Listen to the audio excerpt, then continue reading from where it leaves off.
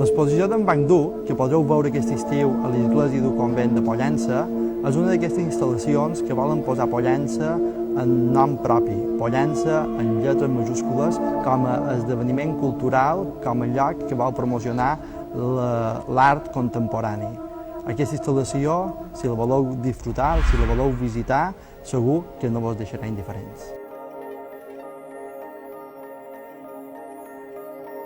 És una exposició de concepte, és una exposició que s'ha d'entendre, per això el catàleg d'enguany és més important que mai, perquè hem intentat explicar tan bé com hem pogut el que l'artista vol demostrar, però és una exposició que ens pot fer pensar molt i que ens pot...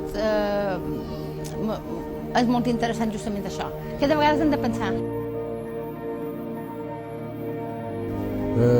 Le Commande 3, c'est un travail qui a aspiré avec notre propre réalité, la réalité médiatisée.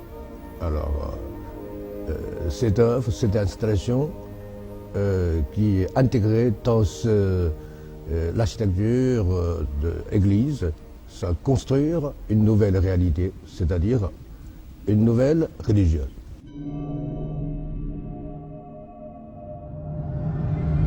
A mi m'agrada aquesta frase, aquesta paraula que ha portat en Pascal Bus, que és autor del text principal del catàleg, que diu iconocrast, no? Una manera de com s'icona esdevé una deixalla, una despulla, i és cras que suposa la ruptura d'aquest sistema d'adquisició, de consum que tenim instal·lat.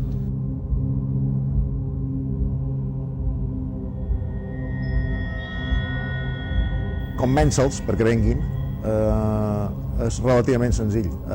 De fet, estem en un espai tan encisador que basta mostrar-los l'església, la nostra estimada església del convent de Sant Domingo, i mostrar-los la història dels altres artistes que han passat per aquí, com difícilment hi ha cap artista que es negui a voler ocupar ell aquest espai.